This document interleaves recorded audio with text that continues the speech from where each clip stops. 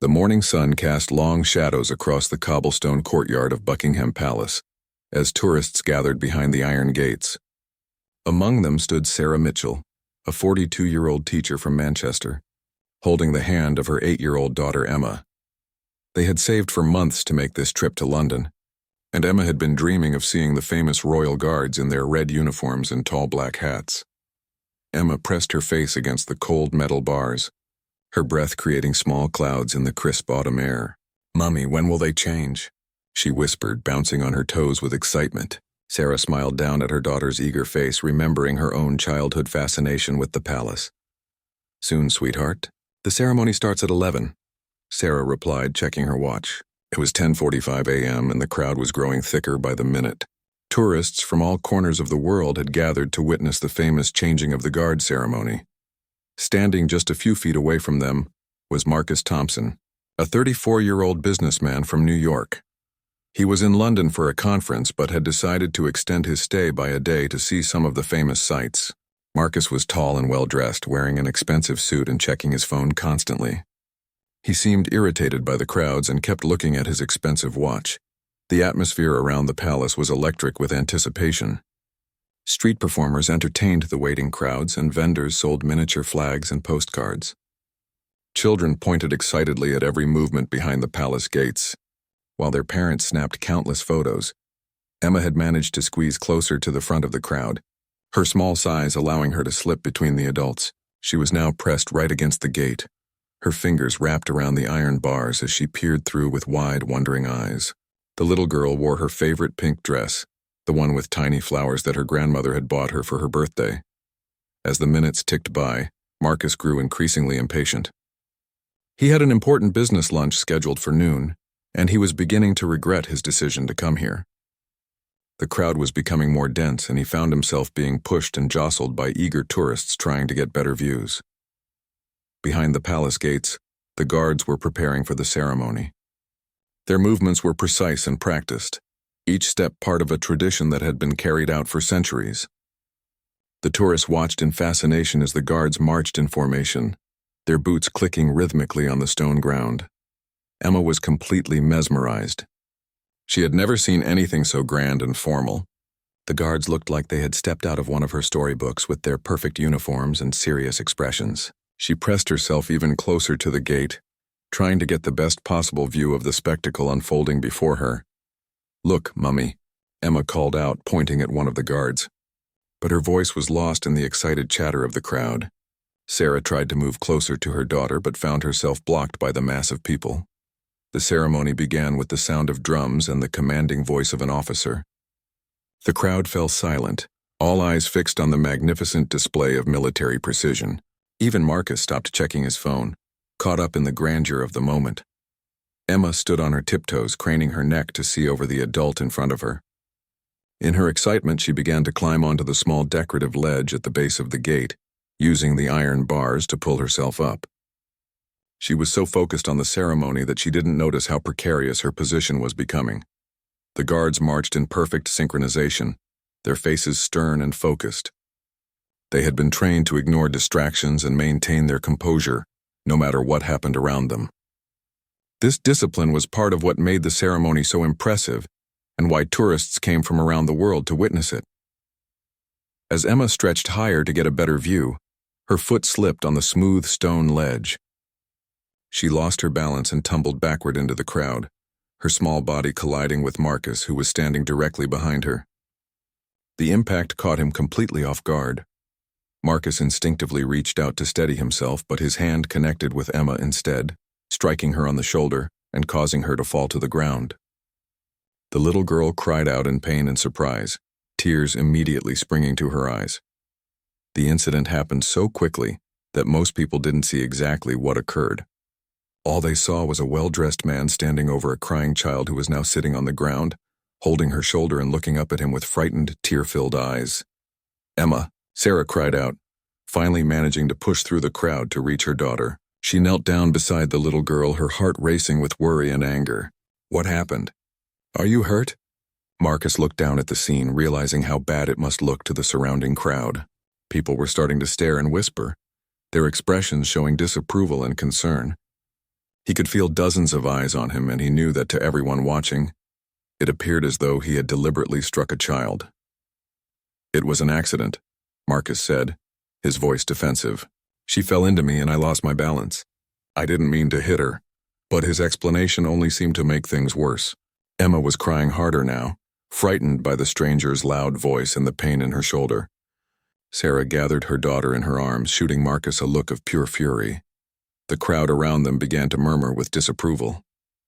Someone pulled out their phone and started recording, while others shook their heads and made comments about tourists who couldn't control themselves around children.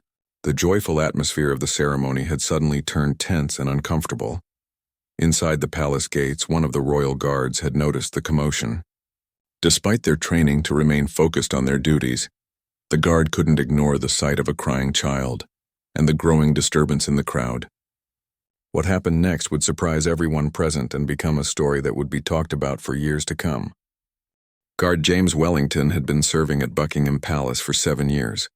At 29, he was known among his colleagues for his exceptional dedication and his ability to maintain composure under any circumstances.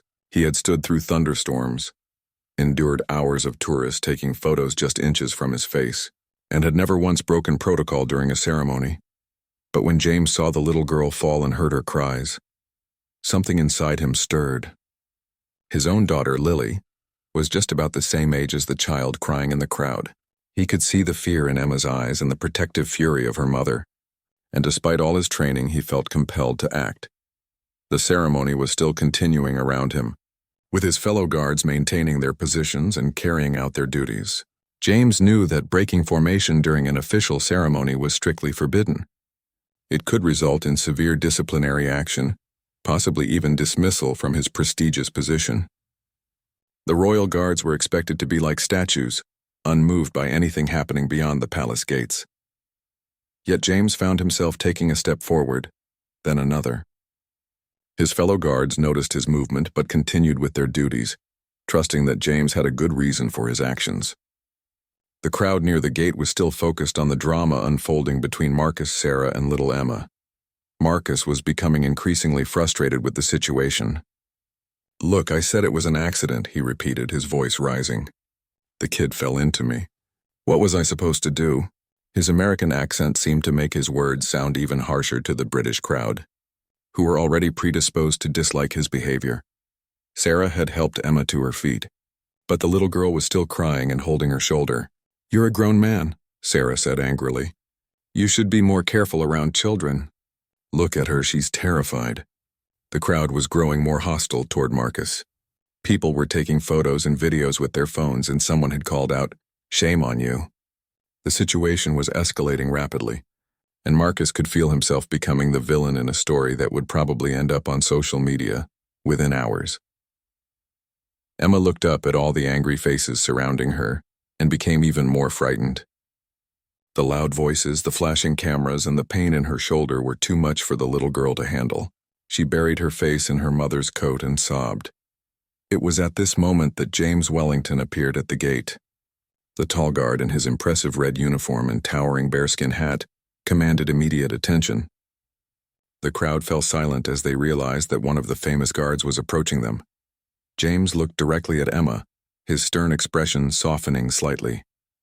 Despite the strict rules about interaction with the public during ceremonies, he spoke in a gentle voice that only those closest to the gate could hear.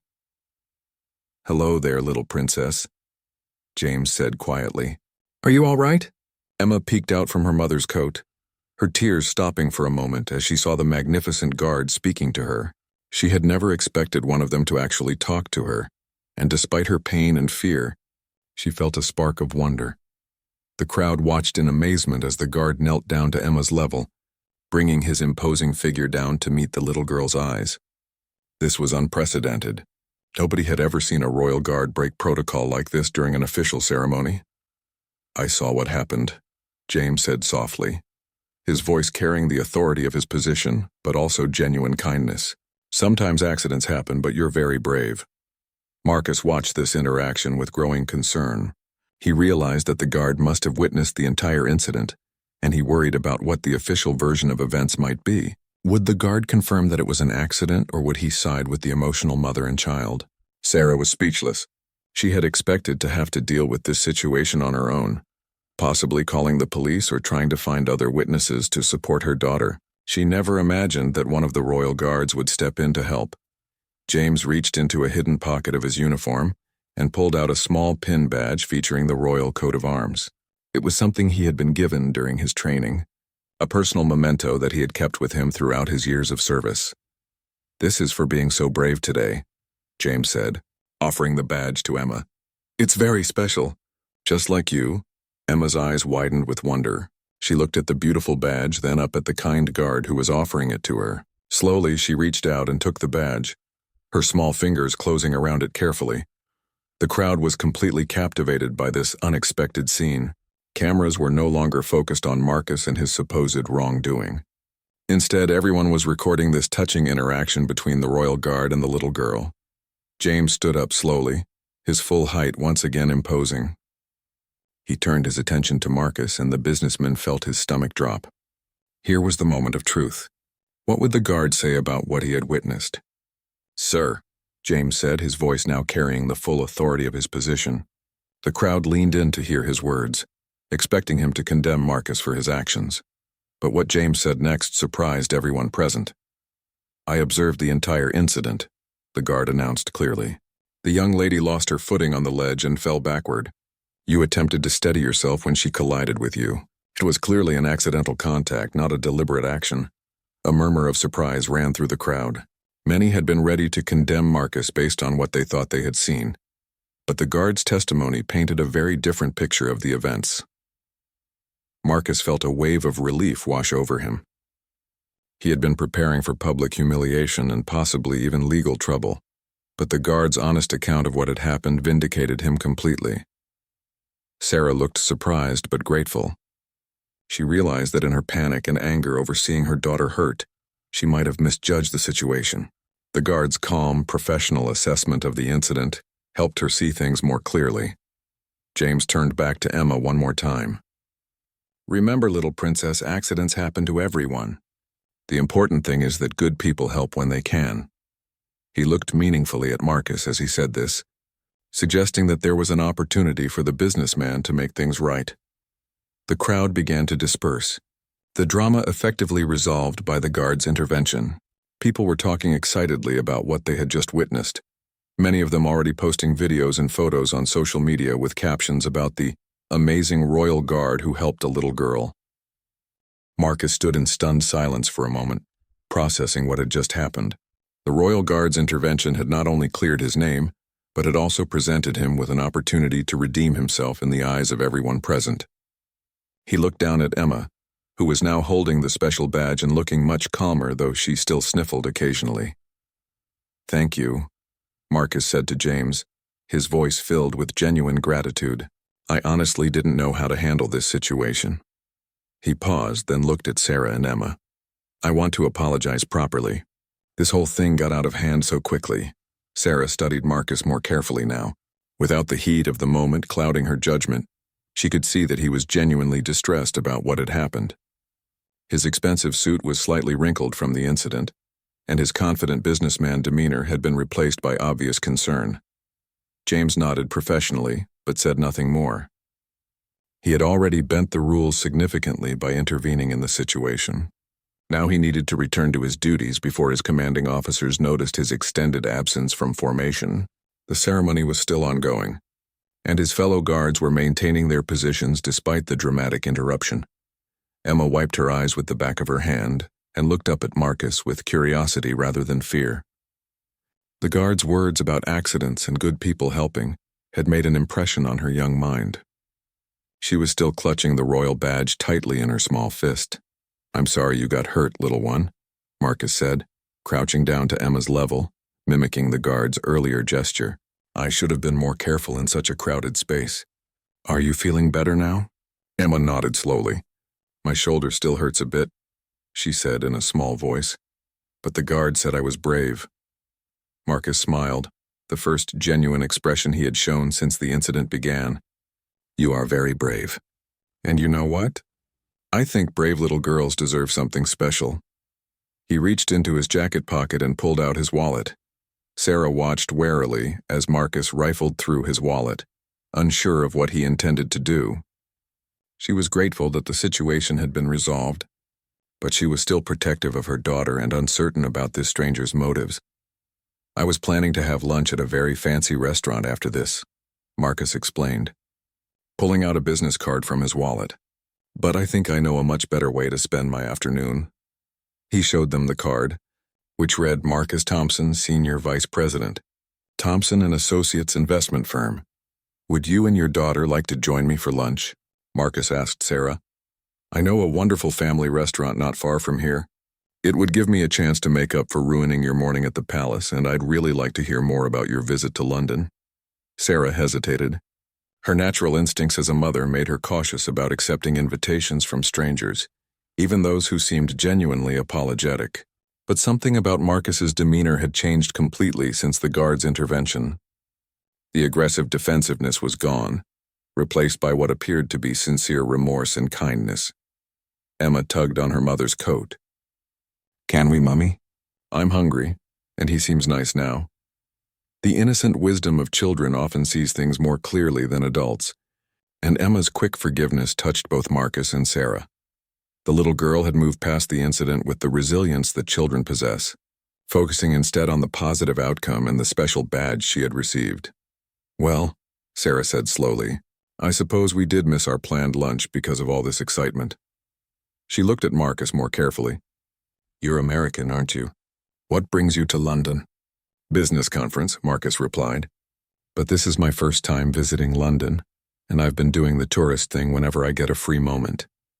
I had no idea how crowded these palace events could get. James, who had been listening to this exchange while trying to maintain his professional composure, allowed himself a small smile. His intervention had not only resolved a difficult situation, but had apparently led to an unexpected friendship forming between the tourists. The guard knew he needed to return to his post immediately. His commanding officer would have questions about his extended absence, and James needed to be prepared with explanations. But seeing Emma's happy face and knowing that he had helped turn a potentially traumatic experience into something positive made any potential consequences worthwhile. "Excuse me, sir?" A young tourist with a thick German accent approached Marcus. "I saw what the guard did for the little girl. It was amazing. Could you tell me what happened exactly? I want to share this story with my friends back home." Marcus realized that he was now part of what would likely become a viral story about the kind royal guard who broke protocol to help a child. Instead of being portrayed as a villain who hurt a little girl, he was now part of a heartwarming tale about human kindness and misunderstandings being resolved. "The guard was incredible," Marcus told the tourist. "He saw exactly what happened and made sure everyone understood it was just an accident. Then he gave this brave little girl a special badge from his own uniform." Emma held up the badge proudly, showing it to anyone who would look. The royal coat of arms gleamed in the sunlight, and she treated it like the precious treasure it had become to her.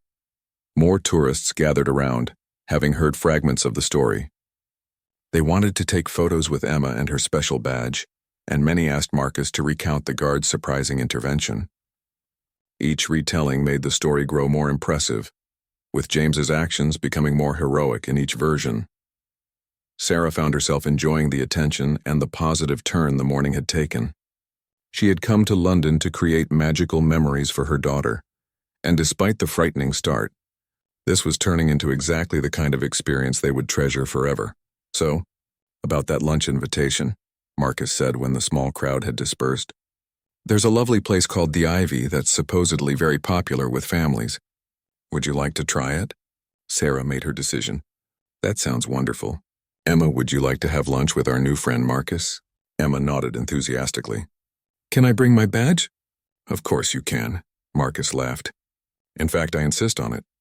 It's not every day you meet someone who has been personally honored by a royal guard."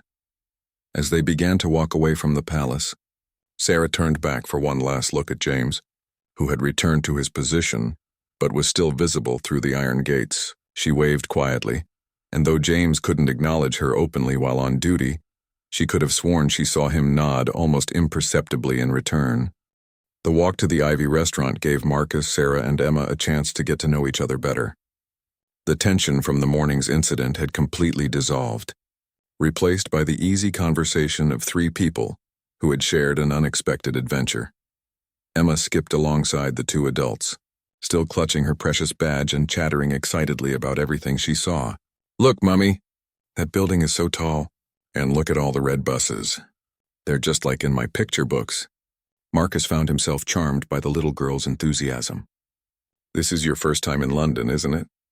he asked Emma. "Yes. Mummy saved up for ages so we could come here. We're staying in a hotel with a lift and we had breakfast in bed this morning." Emma's excitement was infectious and Marcus couldn't help but smile at her joy over things he took for granted in his business travels.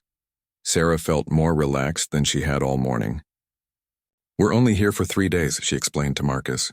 "I wanted to show Emma some of the famous sights before she gets too old to be excited about fairy tale castles and royal guards." "Where are you planning to visit next?" Marcus asked, genuinely curious about their itinerary.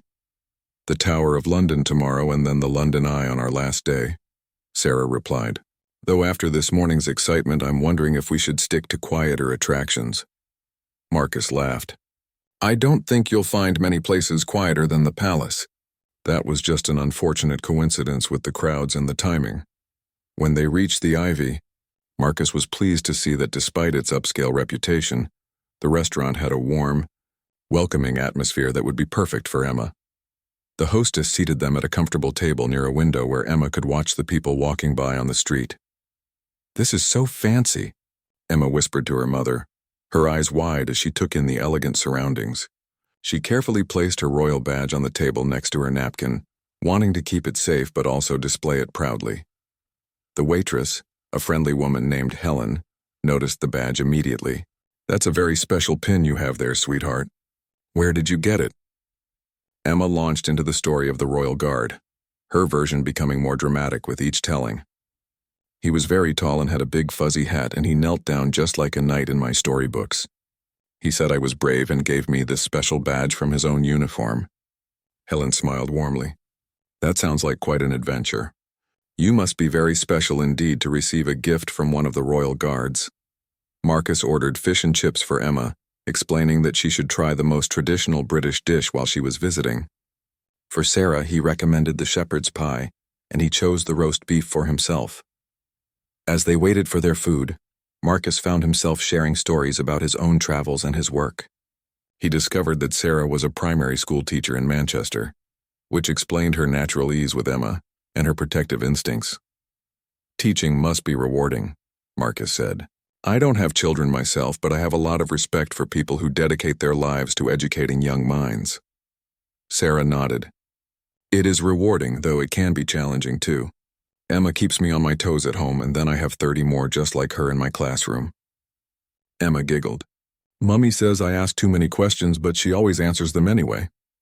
"Questions are good," Marcus told Emma seriously. "The most successful people I know are the ones who never stop asking questions and never stop learning new things." Their conversation was interrupted by a commotion at the restaurant's entrance. A group of tourists had recognized Marcus from the videos that were already circulating on social media. The story of the Royal Guard's intervention had been shared hundreds of times in just the past hour, and Marcus had inadvertently become a minor celebrity. "Excuse me," a young woman approached their table with her phone in hand. "Aren't you the man from the Buckingham Palace video? The one where the guard helped the little girl?" Sarah and Marcus exchanged glances, both surprised by how quickly the story had spread. Emma looked confused but pleased to be the center of attention again. "I suppose we are," Sarah said cautiously, though it wasn't really as dramatic as it probably looks in the videos. "Oh, but it was amazing," the tourist insisted. "The way the guard broke protocol to help a child in distress and then how he cleared up the misunderstanding. It's going viral on TikTok and Instagram.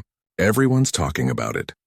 More people began to notice them, and soon there was a small crowd gathering around their table. Emma was delighted by all the attention and happily showed off her badge to anyone who asked to see it. Marcus, who was used to being in the public eye during business presentations, handled the attention with grace. He made sure that Emma remained the focus of the positive story, emphasizing the guard's kindness and the little girl's bravery rather than his own role in the incident. "The real hero here is Guard Wellington," Marcus told the crowd. "He saw a child in distress and chose to help, even though it meant breaking very strict protocols. That's the kind of person we should all aspire to be. Sarah was impressed by how Marcus managed to redirect the attention away from himself and back to the positive aspects of the story. She could see that despite his initial defensive reaction at the palace, he was fundamentally a decent person who had simply been caught in an unfortunate situation. Their food arrived, and the crowd gradually dispersed, though people continued to glance over at their table throughout the meal. Emma ate her fish and chips with enthusiasm, declaring them the best chips ever and asking if they could have them again tomorrow. "So," Marcus said as they were finishing their meal, "what's your plan for this afternoon? Do you have other sights to see?" Sarah checked her watch. "We were going to visit Westminster Abbey, but after all this excitement, I think Emma might be getting tired." "Nonsense," Emma protested. "I'm not tired at all. Can we still go see the big church?" Marcus hesitated for a moment, then made a decision that would surprise even himself. "Would you mind if I tagged along? I was supposed to go back to my conference this afternoon, but honestly, this has been the most interesting day I've had in London. I'd much rather continue exploring with you two than sit through another presentation on market trends." Sarah considered the offer.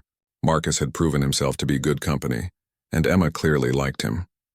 Plus, having a local guide, even if he was technically a tourist himself, might make navigating the city easier. "We'd love the company," Sarah said finally.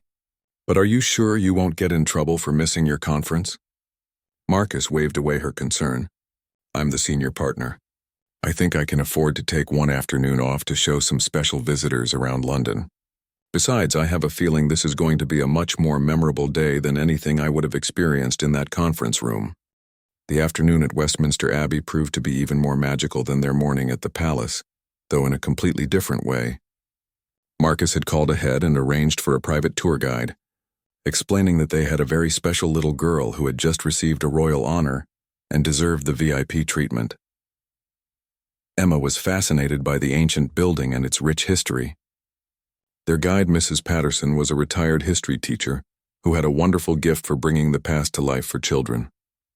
She told Emma stories about the kings and queens who had been crowned there, making history sound like the fairy tales the little girl loved so much. "This is where Queen Elizabeth II was crowned," Mrs. Patterson explained, pointing to the ornate chair near the altar. "She was very young when she became queen, and she was probably nervous, just like you might be before a school play." Emma listened with rapt attention, her royal badge pinned carefully to her coat where everyone could see it. Several other tourists and even some of the Abbey staff had noticed the badge and asked about its significance, giving Emma multiple opportunities to retell her story about the kind guard. Marcus found himself genuinely enjoying the tour, learning things about British history that he had never known, despite his many business trips to London. Sarah was impressed by his genuine interest and his patience with Emma's endless questions. "Mr. Marcus," Emma said, tugging on his sleeve as they walked through the Poets' Corner, "do you think the guard has children?" "I don't know," Marcus replied thoughtfully. "Why do you ask?" "Because he was so nice to me, just like my daddy would have been," Emma said matter-of-factly. Sarah's expression grew slightly sad, and Marcus noticed the change immediately. He gently steered the conversation in a different direction, sensing that this might be a sensitive topic. As they continued through the Abbey, Marcus learned more about Sarah and Emma's situation. Sarah had been raising Emma alone since her husband died in a car accident 3 years earlier. This trip to London was not just a vacation, but a celebration of Emma's 8th birthday and a way for Sarah to create special memories during what had been a difficult time for both of them.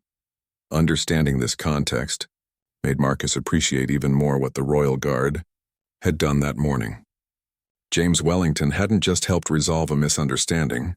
He had saved what was meant to be a special mother-daughter trip from being ruined by an unfortunate incident. After the Abbey tour, Marcus suggested they visit a traditional British tea shop he had discovered during his earlier explorations of the city. "No trip to London is complete without proper afternoon tea," he declared, leading them to a charming little establishment called Fortnum and Mason. Emma was delighted by the elegant tea service. With its delicate china cups and multi-tiered stands full of tiny sandwiches and pastries, she felt very grown-up sipping tea, heavily diluted with milk and sugar from such a fancy cup. "This is like being a real princess," Emma sighed contentedly, carefully balancing a small cake on her fork. "You are a real princess," Marcus assured her. "You have the royal badge to prove it." As they enjoyed their tea, Marcus made a phone call that would surprise both Sarah and Emma. He had contacted his assistant back in New York and asked her to research guard James Wellington and find out if there was any way to properly thank him for his kindness. "I have a surprise for you both," Marcus announced when he returned to their table. "My assistant has been doing some research, and it turns out that our hero guard has quite an interesting story himself." He pulled out his phone and showed them an article his assistant had found. James Wellington had been recognized multiple times for his community service work. On his days off, he volunteered at a children's hospital, visiting sick kids in his guard uniform to cheer them up. "He has a daughter about Emma's age," Marcus continued, reading from the article. "Her name is Lily, and according to this piece, she's very proud of her daddy's work at the palace." Emma's eyes lit up with excitement. "Do you think I could meet her? We could be friends." Sarah looked at Marcus with surprise and gratitude. "You didn't have to research all this," she said softly. "I wanted to," Marcus replied simply. "What that guard did today changed everything for all of us. I think he deserves to know how much his kindness meant." Marcus had another surprise in store. His assistant had also discovered that the palace occasionally arranged special visits for children who had shown exceptional bravery or who had captured public attention in positive ways. Given the viral nature of the morning's events, there was a possibility that Emma could be invited back for a private tour. "Would you like that, Emma?" Marcus asked. "A special tour of the palace just for you?" Emma nearly choked on her tea in excitement. "Really? I could go inside the palace? Like a real princess?" "Well, we'd have to see if it can be arranged," Marcus cautioned, not wanting to promise something that might not be possible. "But I have some contacts who might be able to help." The rest of their afternoon passed in a delightful blur of sightseeing and conversation. Marcus proved to be an excellent tour guide, despite being a tourist himself. His business connections in London had given him insider knowledge about the best places to visit and how to avoid the worst crowds. As the day drew to a close, they found themselves back near Buckingham Palace, where their adventure had begun. The evening ceremony was just concluding, and they could see the guards marching back to their posts. "Do you think that's our guard?" Emma asked, pointing to one of the red uniformed figures in the distance. "I don't know," Sarah admitted. "But I hope he knows how much he helped us today." Marcus pulled out his business card and wrote something on the back. "I'm going to leave this with the palace guards," he said. "It's a message for Guard Wellington, thanking him for his kindness and letting him know that his actions today made a real difference." As they prepared to part ways, Sarah realized that what had started as one of the worst moments of their London trip had turned into one of the best. Emma had not only received a special gift from a royal guard, but had also made a new friend in Marcus, who had shown them kindness and generosity that went far beyond making up for an accidental collision. "Thank you," Sarah said to Marcus as they exchanged contact information. "Not just for lunch and the tour, but for turning what could have been a terrible day into something wonderful." "Thank you both," Marcus replied sincerely. "I came to London for business, but I'm leaving with something much more valuable. Today reminded me that the best experiences in life are the ones you never plan for." 3 months later, Sarah's phone rang on a quiet Sunday morning in Manchester. Emma was playing in the garden, still wearing the royal badge that had become her most treasured possession. She wore it everywhere, much to the amusement of her classmates and teachers. "Sarah, you're not going to believe this."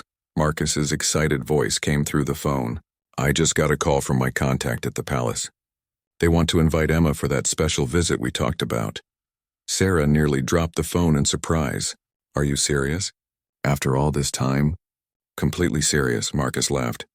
"Apparently the story about Guard Wellington and Emma has become something of a legend at the palace. The video has been viewed over 2 million times, and it's been featured in newspapers around the world as an example of the human side of the royal guards." Emma heard her mother's excited voice and came running inside, still clutching the small watering can she had been using in the garden. "What's happening, Mummy? You sound funny." Sarah put the phone on speaker so Emma could hear Marcus. "Emma, do you remember our friend Marcus from London?" "Marcus!" Emma squealed with delight. "Are you coming to visit us?" "Even better, Princess," Marcus said warmly. "How would you like to go back to London for a very special visit to Buckingham Palace? A visit that's just for you?" The little girl's eyes grew wide with wonder.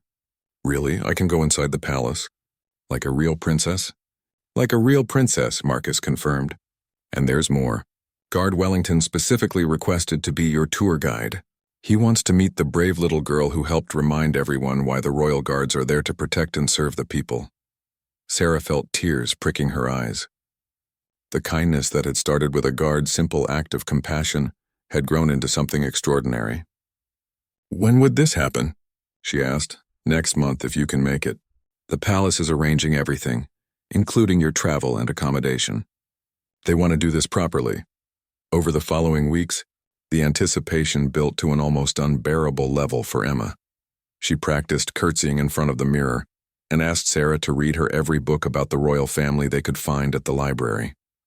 The story had been picked up by local news stations, and Emma had become something of a small celebrity in Manchester. Her teacher, Mrs. Collins, had incorporated the story into a lesson about kindness and how small acts of compassion can have big impacts. Emma proudly showed her royal badge to the class and told them about Guard Wellington's bravery in breaking the rules to help her. When the day finally arrived, Marcus met them at London's King's Cross station. He had taken the week off from work to be part of Emma's special day, and he was almost as excited as she was. "Look what I brought," Emma announced, opening her small backpack to show Marcus. Inside was a carefully wrapped drawing she had made for Guard Wellington. It showed him in his red uniform and tall hat, kneeling down to give her the badge with hearts and flowers all around the border. "He's going to love it," Marcus assured her. "I also have something for him from my company. We've made a donation to the Children's Hospital charity he supports." The private tour of Buckingham Palace exceeded even Emma's wildest dreams. They were escorted through rooms that most tourists never see, including the state dining room and the throne room. Emma walked through each room with wide-eyed wonder, asking countless questions about everything she saw.